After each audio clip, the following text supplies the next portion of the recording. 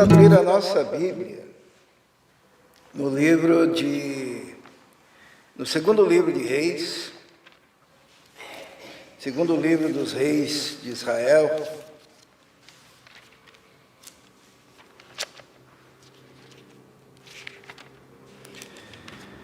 no capítulo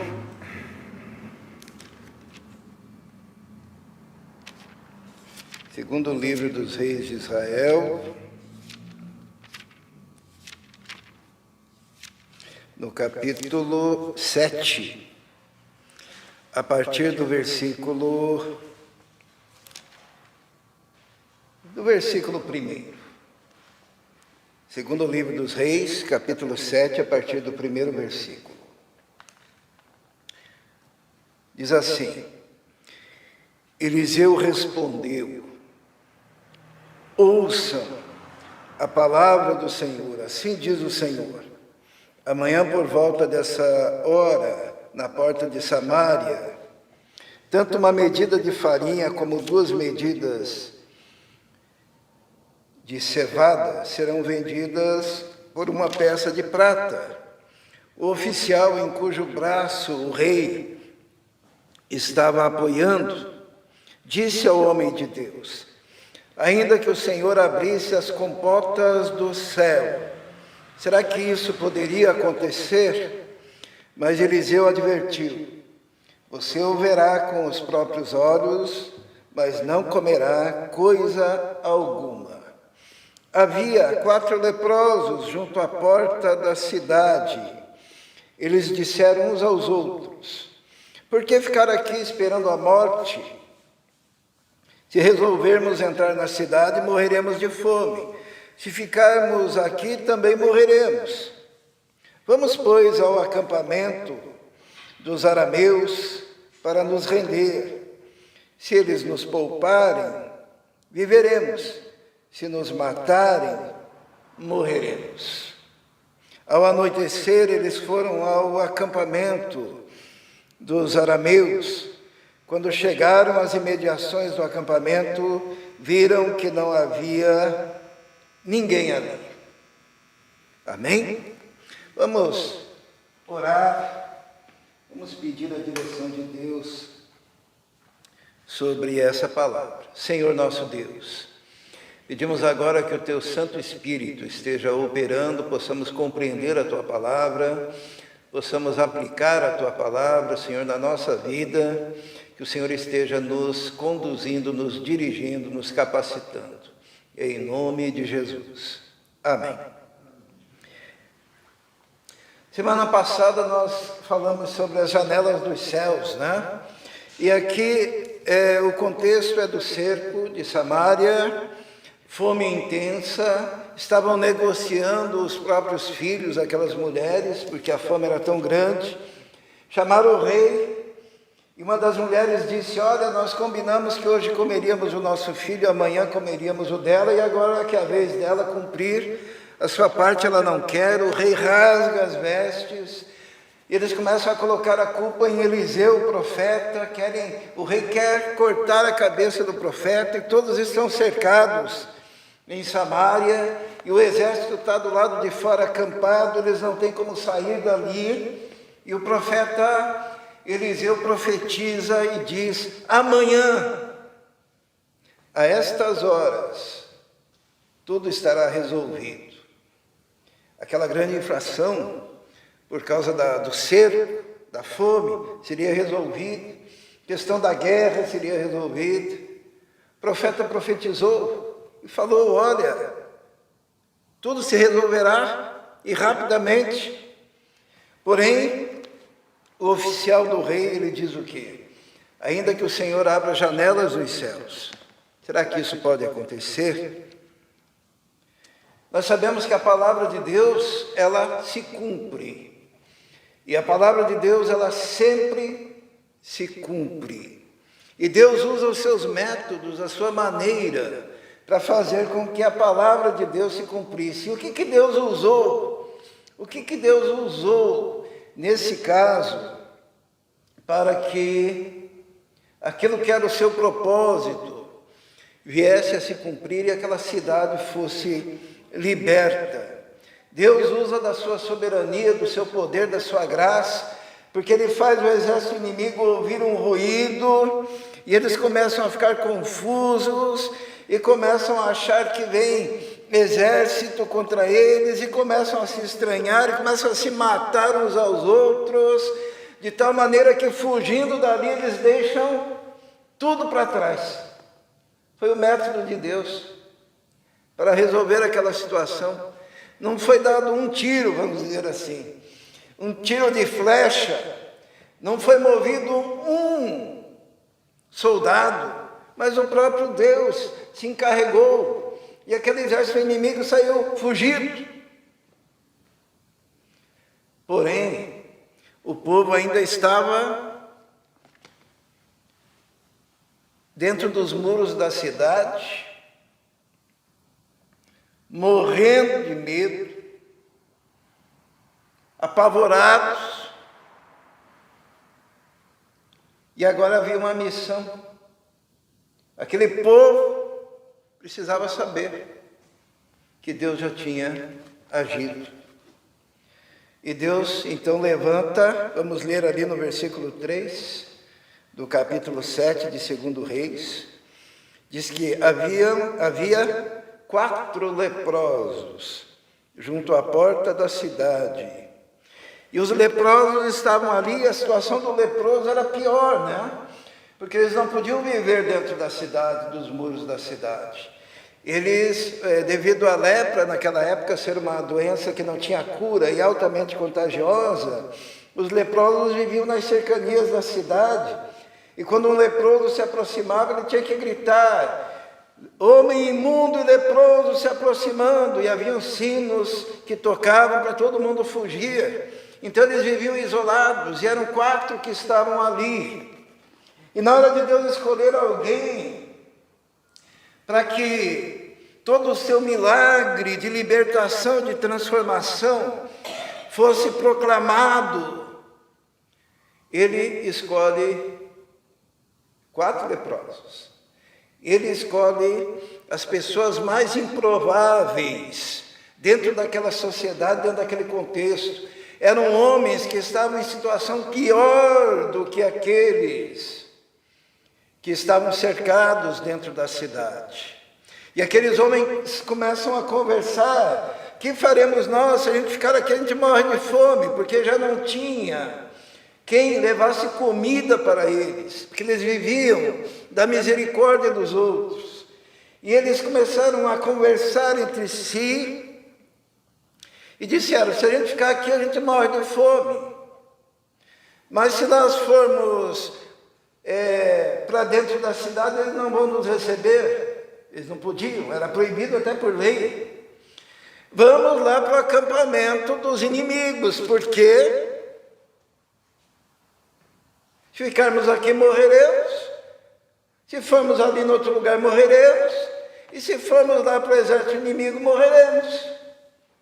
Então, tão somente morreremos. Não havia muita escolha.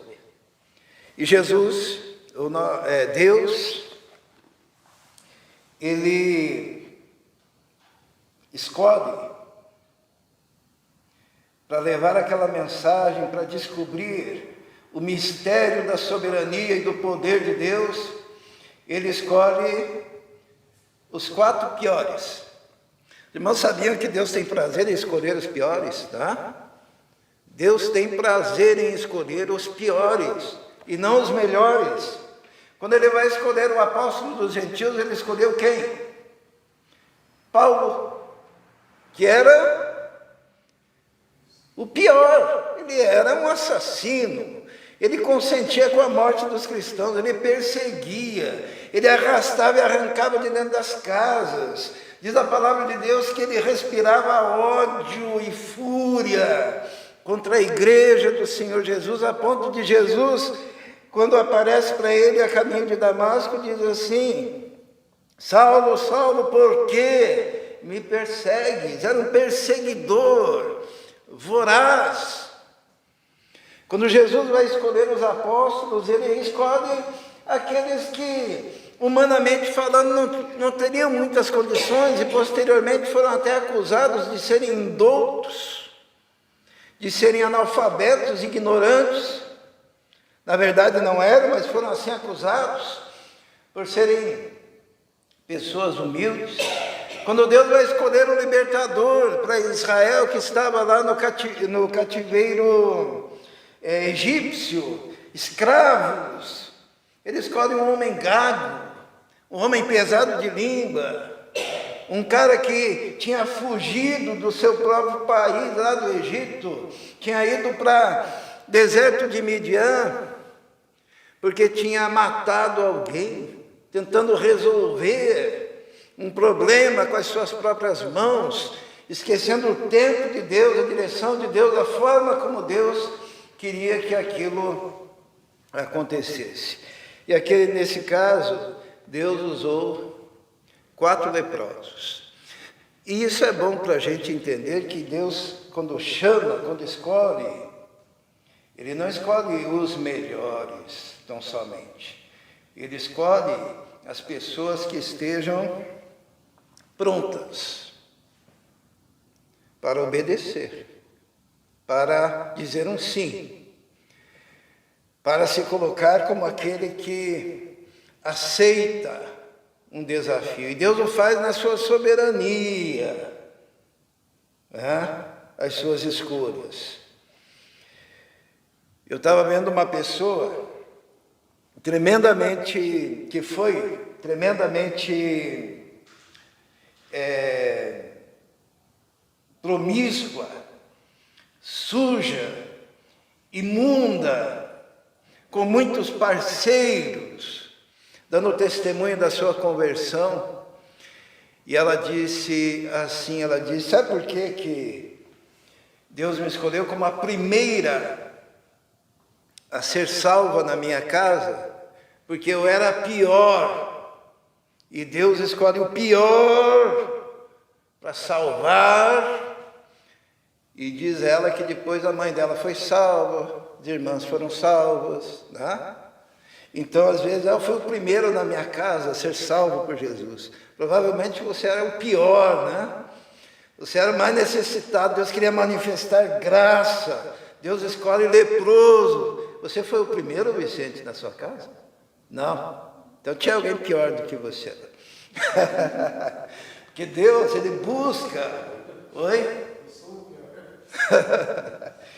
Busca o pecador. E aqui, o profeta tinha profetizado. E agora? Deus tinha feito a libertação. Mas, para descobrir que Deus já o tinha libertado e dado vitória, foi necessário a ação desses leprosos, né? Sabe que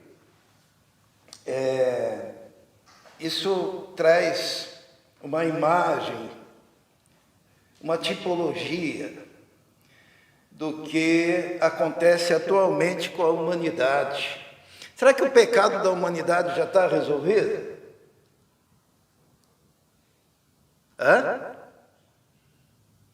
Do ponto de vista de Deus, Jesus morreu por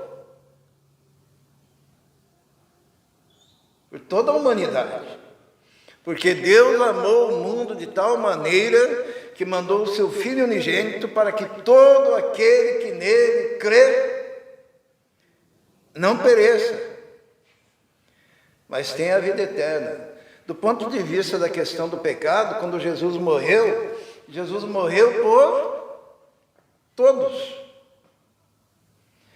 O sacrifício de Jesus é suficiente para salvar todo aquele que crê.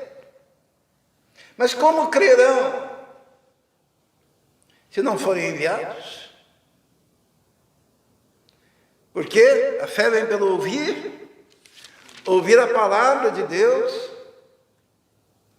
O Senhor Jesus diz assim que grande é a seara e poucos os trabalhadores. Rogai, pois, ao Senhor da seara que mande obreiros para a sua seara. E o que esses obreiros vão fazer?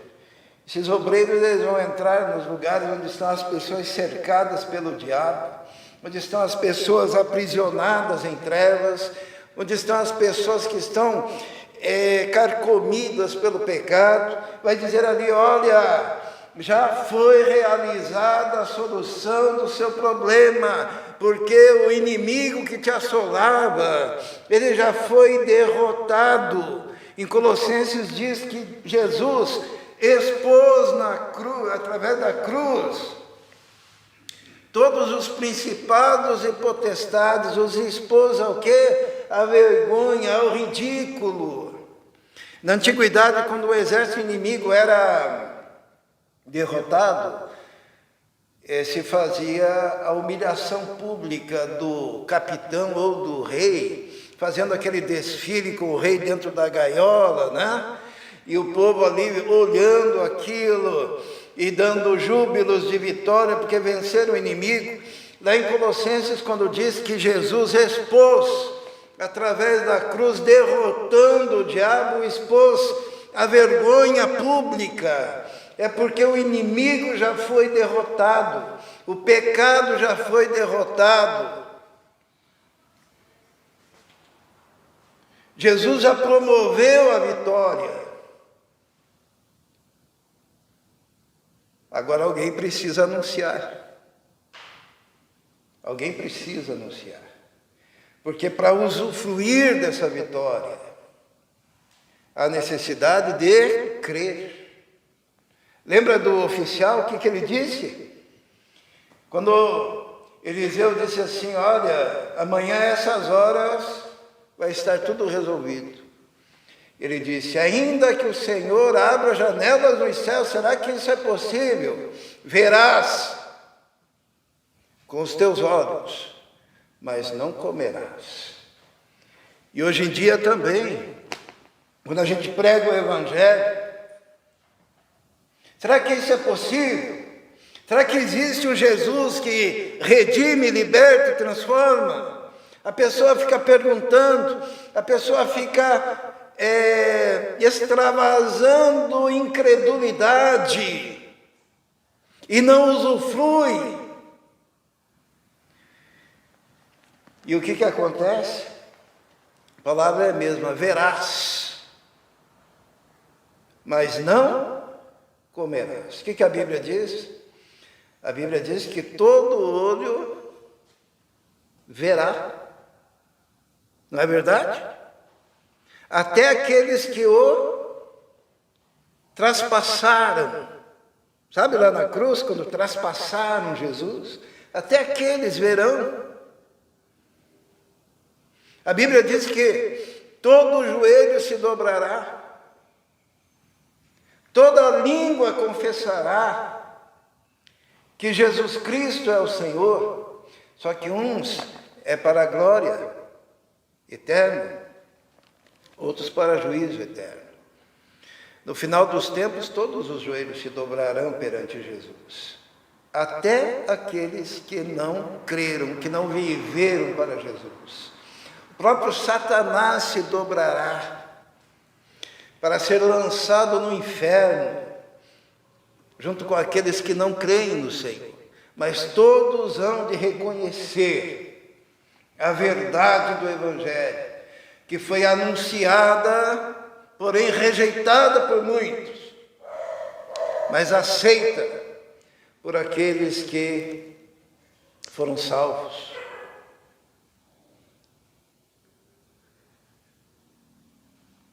A proclamação de que o exército já foi derrotado e que a vitória já foi dada. Eles estavam dentro dos muros de Samaria, e eles estavam tentando resolver, sabe, os seus problemas. Deus já tinha resolvido. Como é que Deus resolveu o problema?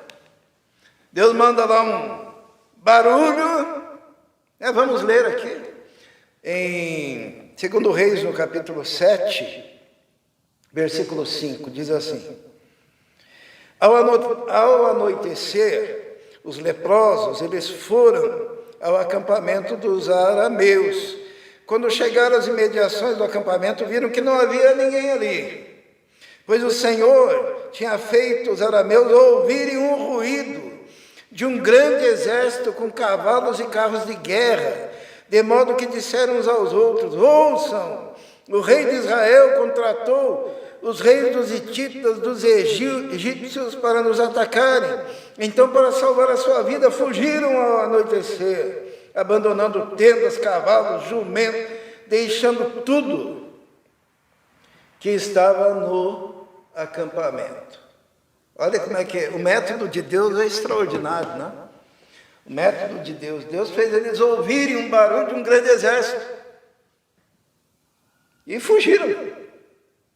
Tinha um grande exército. Deus, quando quer agir, e quando Ele age, é do jeito dele, para resolver aquele problema. Agora, dentro dos muros de Samaria, eles também estavam tentando resolver o grande problema. Como é que eles tentaram resolver o problema?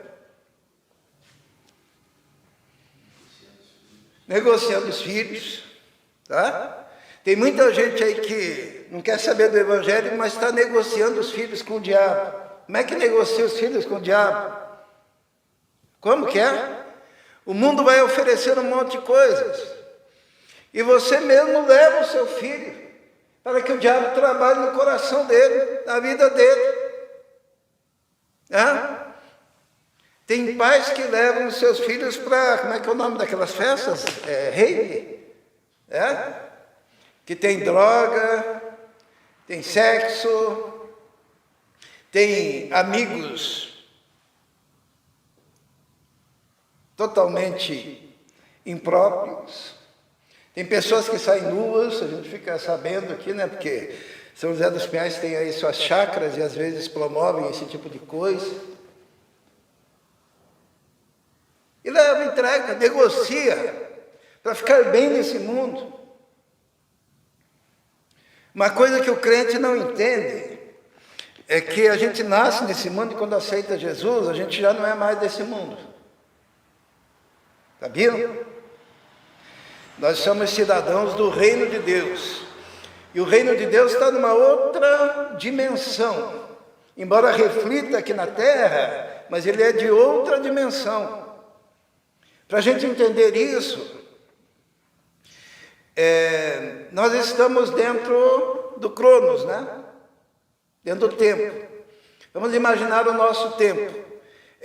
Seria dessa parede até essa parede lá, o nosso tempo, tá? Cronos. Por quê? Porque teve começo, nós estamos aqui no meio do tempo, a humanidade, mas vai ter um fim.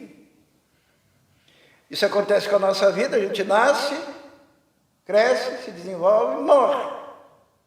Dentro do tempo. E com a humanidade inteira vai acontecer isso. Começou lá com Adão e vai terminar um dia com a volta do Senhor. Então a gente está aqui. Só que acima desse existe um tempo eterno, que daí não tem essas paredes. É a eternidade para lá e a eternidade lá para o outro lado. E nesse tempo que está acima de nós, onde fica o reino de Deus, esse tempo é sempre presente. É a presença de Deus, tá? E quando a gente se converte, quando o Vicente se converteu, ele foi elevado para esse reino, que é eterno. Entende? E nós também, como igreja.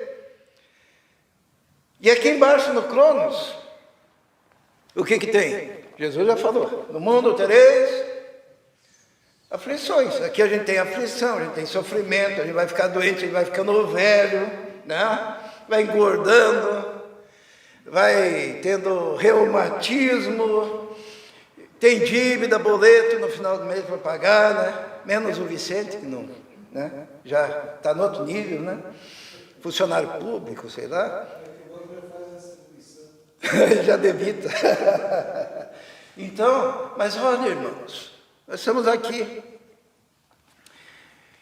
E daí nós pegamos e criamos os nossos filhos para serem cidadãos aonde?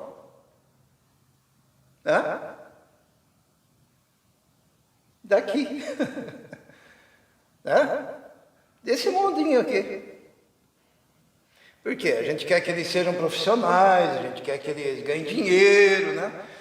Dali a pouco acabou o tempo deles, eles não vão fazer nada com esse dinheiro, né? Com essas faculdades ou com esses doutorados, não vai sobrar nada. Eles vão para a sepultura pelados, porque a roupa também vai se decompor, né? Daí vira osso, vira esqueleto, esse corpo. Aqui nesse Cronos. E a gente se esquece que nós somos cidadãos da onde? Do outro reino, que reflete aqui. Jesus fala, o reino de Deus está entre nós, mas nós não somos daqui. Enquanto a gente está aqui, a gente obedece leis e tal, porque precisa, né? Fazemos parte, fazemos o melhor, damos testemunho, mas a nossa visão, os nossos olhos estão no reino de Deus. Só que muita gente não percebeu isso ainda. E daí a gente vive naquele cercadinho, como se estivéssemos dentro dos muros de Samaria, tentando resolver os problemas com a nossa própria capacidade. Então o que eles faziam? Eles negociavam os seus filhos, né? Nós comemos o teu filho, agora está na hora de cozinhar o teu. É mais esse tipo de solução humana, né? Ou quando tudo está dando errado, a culpa é de quem? Do profeta, né? A culpa é sempre do profeta. Está dando tudo errado, a culpa é do pastor, né? A culpa é do profeta. Vamos cortar a cabeça do pastor, né? Porque a culpa é dele. Vamos cortar a cabeça de Eliseu. Toda essa confusão aqui, dentro dos muros, vamos resolver. O rei lá vestido de saco, né? Entristecido, as mulheres brigando, o pessoal tremendo de medo, todo mundo tentando resolver. Resolver o quê? Aquilo que Deus já tinha resolvido. Você está tentando resolver aquilo que Deus já resolveu. O exército nem estava lá, e eles estavam dentro da cidade, tremendo de medo. Existe o medo natural, que é o medo que a gente tem quando se depara com um cachorro bravo. Alguém já passou por isso, né? De repente está andando na rua, vem um cachorro bravo, daí você já se arma porque você está com medo. Agora existe um medo que é um espírito. Os irmãos sabiam? A Bíblia fala que Deus não nos deu o espírito não lembra? Do medo. Tem o medo que é espiritual. Eu, por exemplo, eu sei que existe uma ação demoníaca nessa rua tremenda, que eu nunca vi uma rua que tem tanto medo. Se o Vicente parar com um carro aqui na frente, né, Vicente? Dali não dá 5 minutos para meia dúzia de negros que está achando que você vai assaltar alguma casa. Esses dias um cara veio comer uma marmita aqui na frente. Sentou ali, abriu a marmita, daí começaram a chegar gente. Você está fazendo aí? Daí eu tenho um aplicativo, um WhatsApp da rua. Eu vi um cara que estava andando.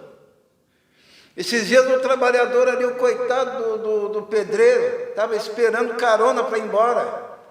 E daí, está rondando ali 2 mal encarados. Estavam trabalhando na casa do Arlindo. Isso é um exemplo de medo de tudo. Tem gente que tem medo de usar o celular, porque já acha que vai ser roubado, assaltado, não importa onde esteja, não uso. E a gente já anda com o celular para dar para o bandido, que vive com medo. Tem medo de más notícias. A gente tem que se policiar quanto a isso, né? Quando o Ramon se atrasava, quando ele morava com você, será que você pensava assim quando ele se atrasava? Deve ter sido promovido, deve ter ganhado um aumento, resolveu, né? Encontrou a namorada da vida dele, quando se atrasava. Não, né? Pensava assim, como é que é? Foi atropelado, né? Ou foi sequestrado, né? O Israel, por exemplo. Você dormia tranquila? Mas não é o normal. O normal é pensar assim, alguma desgraça aconteceu. Né? Morrendo de medo. Mas nunca pensa assim, olha, ele deve ter sido promovido a sócio da empresa e está jantando com o patrão. Alguém pensa isso? Porque vivem sob a égide do medo.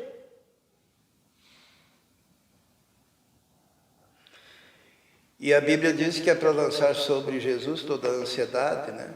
É que nós vivemos cercados nesse muro de Samaria, sem saber que o inimigo lá do lado de fora já foi derrotado. Derrotado. O método de Deus é melhor do que o nosso método, né? Outra coisa dessa história que foi interessante, nós vamos ler a partir do versículo 8, capítulo 7, versículo 8, diz assim: Tendo chegado os leprosos às imediações do acampamento, os leprosos entraram numa das tendas, comeram, beberam, pegaram prata, ouro, roupas, saíram para esconder tudo.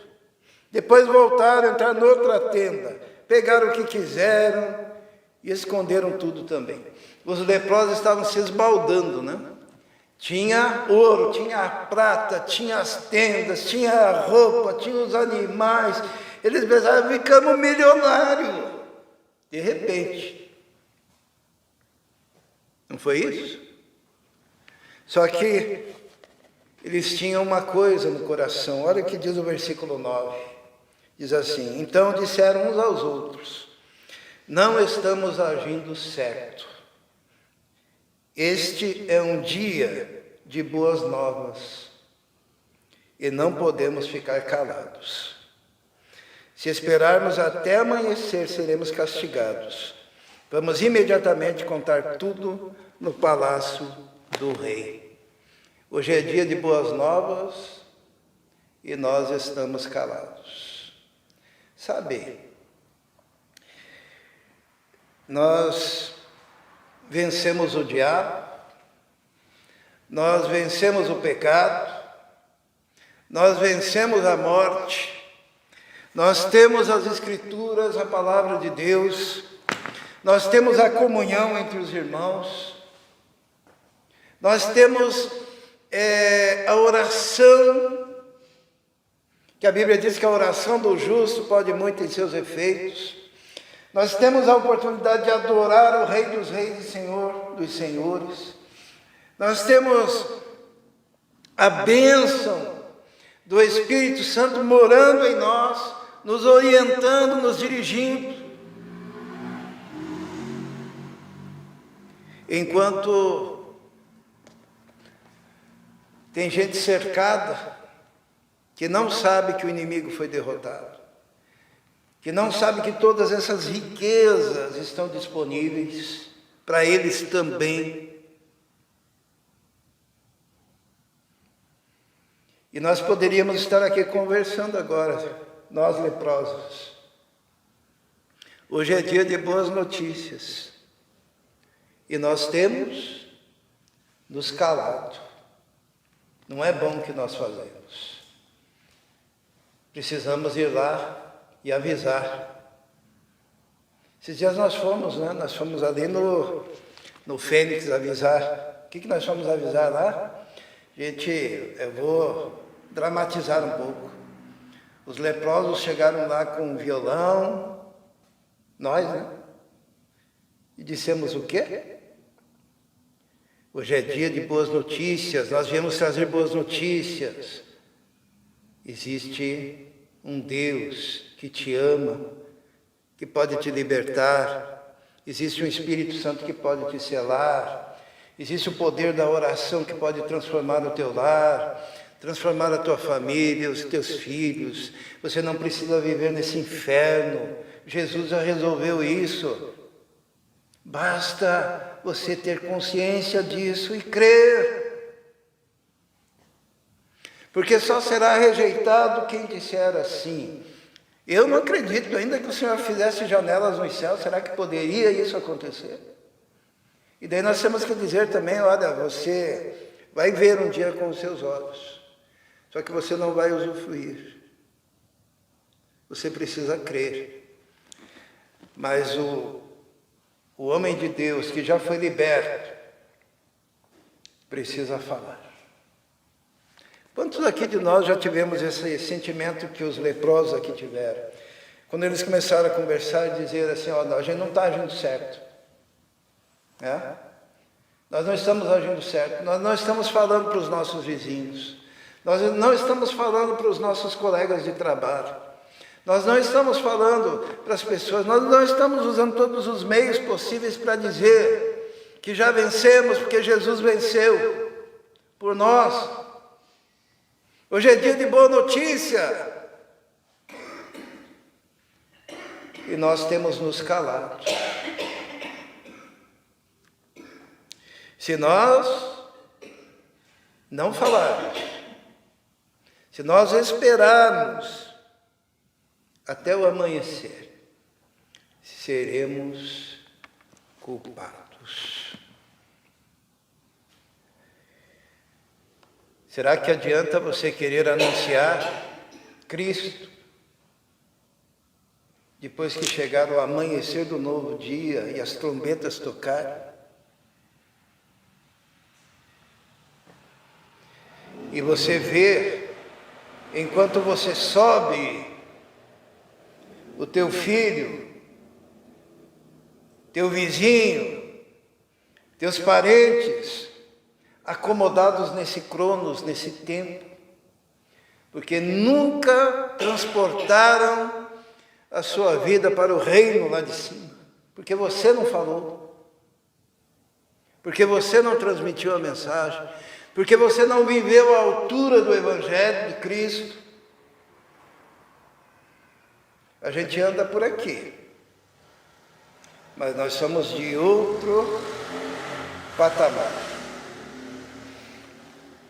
Deus providenciou tudo para nós. O que diz lá no livro de Efésios? Diz o quê? Que nós somos abençoados com todas as bênçãos espirituais. Aonde? Todas as bênçãos espirituais nas regiões celestes. Significa o seguinte, ó. A gente está no Cronos aqui, ó. Só que nós somos das regiões celestes, nós somos do reino de Deus. Todas as bênçãos estão lá, para nós. E a gente acessa essas bênçãos como? Orando, falando com o Pai, em nome de Jesus. Nós somos abençoados. E todo aquele que entrega a vida a Jesus é abençoado com todas as bênçãos. Acessando essas bênçãos em nome de Jesus. E começando por crer no que Jesus fez. Só que nós temos que anunciar. E Deus usou aqueles leprosos para confirmar que a palavra de Deus se cumpre. De uma forma ou de outra. Como é que a palavra de Deus se cumpriu nesse caso? O profeta disse: amanhã, nessas horas, tudo se resolve. Se resolveu? Se resolveu, porque Deus fez o exército inimigo ouvir um barulho e fugiram. Estava resolvido. Mas qual foi a outra palavra do profeta?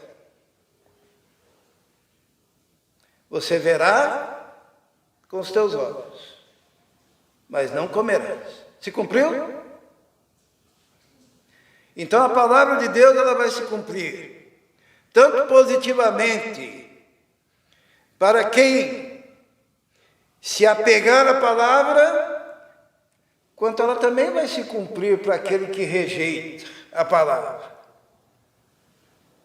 No dia do juízo, ninguém vai poder dizer assim: ah, mas eu não tinha muita certeza do que o pastor pregava, eu não tinha muita certeza do que eu ouvia no rádio, na televisão, na internet, nos folhetos, no YouTube, que a palavra está sendo pregada. Nunca se pregou tanto. Só que essa palavra também diz que se você não crer, você já está condenado. Primeiro porque você vive nesse cronos aqui, e aqui é a tua casa, aqui é teu berço. É aqui que você é feliz.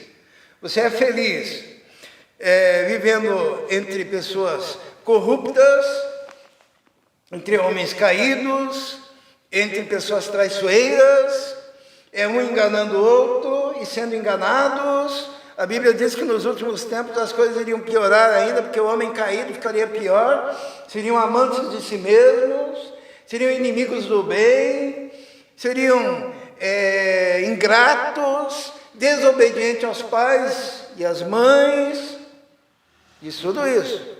Então essa ideia de que a sociedade vai melhorar cada vez mais, esqueçam, você está nesse mundo, e viver nesse mundo dói. Jesus mesmo já deixou isso muito claro. Daí Jesus te dá uma oportunidade. Olha, enquanto vocês estão aqui, vivam o reino de Deus. Vivam no outro patamar. E tragam os valores do reino para aqui, para a sua vida.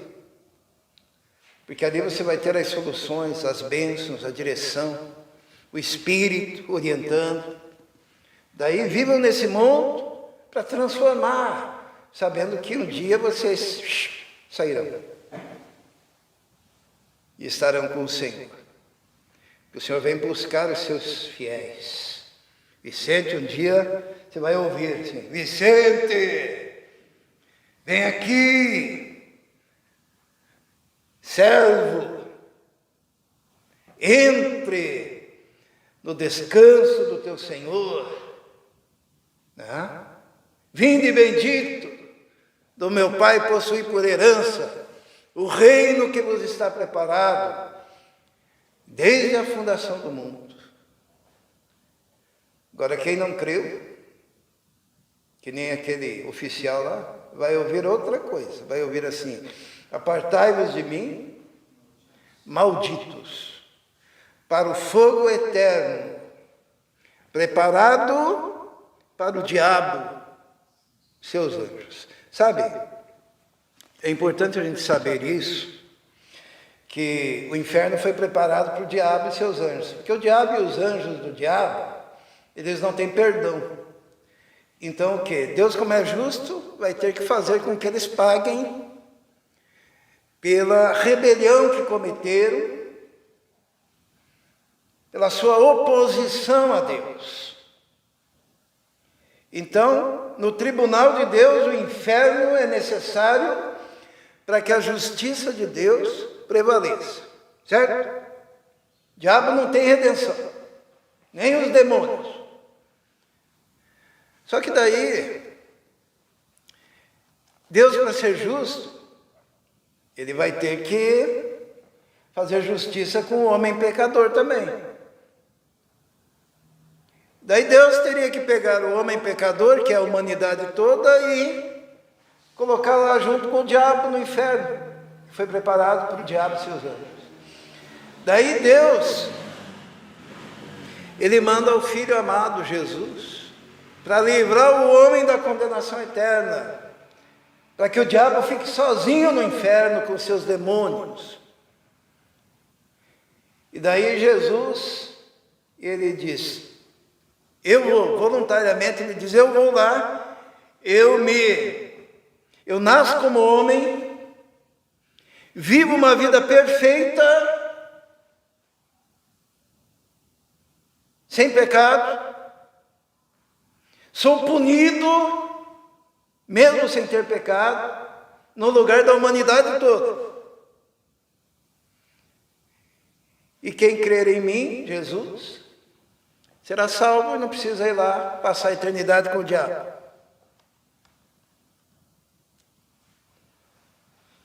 Que troca maravilhosa, hein? É só receber Jesus e está salvo. E tem gente que não quer. E tem gente que passo a passo. Por exemplo, vou dar um exemplo. Tem culto para adorar Jesus. Jesus é esse que se dispôs a vir para morrer no nosso lugar e nos livrar do inferno. Mas daí, adorar Jesus. Meu filho, minha filha, ela tem um compromisso lá, não sei no que, eu vou levar eles lá. Para quem no culto adorar Jesus? Irmãos, quem sabe o que Jesus fez, não quer estar em outro lugar, senão no lugar de adoração a Jesus. Por gratidão. Quando você é salvo do fogo eterno, e daí você percebe que isso aconteceu, você só tem gratidão a dar. Você dá a vida toda. Você se entrega completamente. Você diz, olha, Senhor, agora eu sou teu, faz de mim o que o Senhor quiser. Por quanto tempo? Para sempre. Gratidão.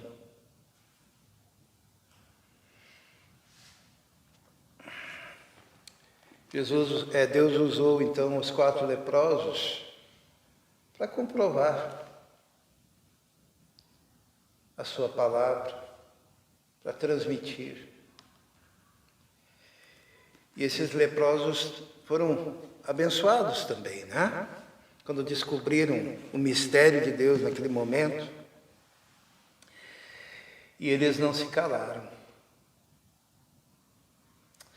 Dessa mesma forma, nós temos a responsabilidade de sermos neste mundo a voz de Jesus, convidando os pecadores para virem para o sumo pastor, que é Jesus. Jesus, ele está chamando. Jesus deu exemplo vindo neste mundo e chamando. E a palavra de Deus diz que aqueles que pertencem a Jesus ouvirão a sua voz. Vamos ouvir uma canção agora que fala sobre o chamado do bom pastor.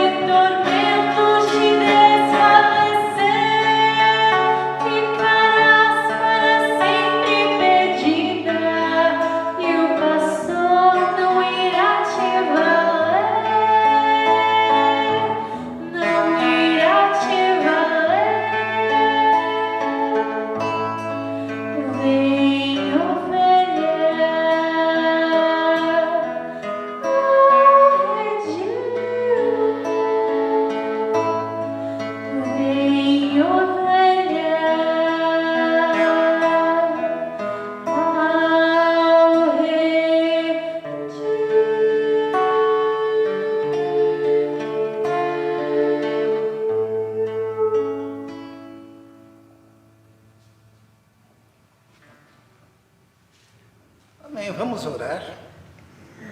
Senhor, muito obrigado, porque podemos ler a Tua Palavra, estudar a Tua Palavra, podemos viver nesse ambiente em que o Teu Espírito opera, ó Deus. Sabemos que vivemos neste mundo, mas que não somos deste mundo, nós pertencemos ao Teu reino. O Senhor mesmo falou que não peço que os tires do mundo, mas os livre do maligno.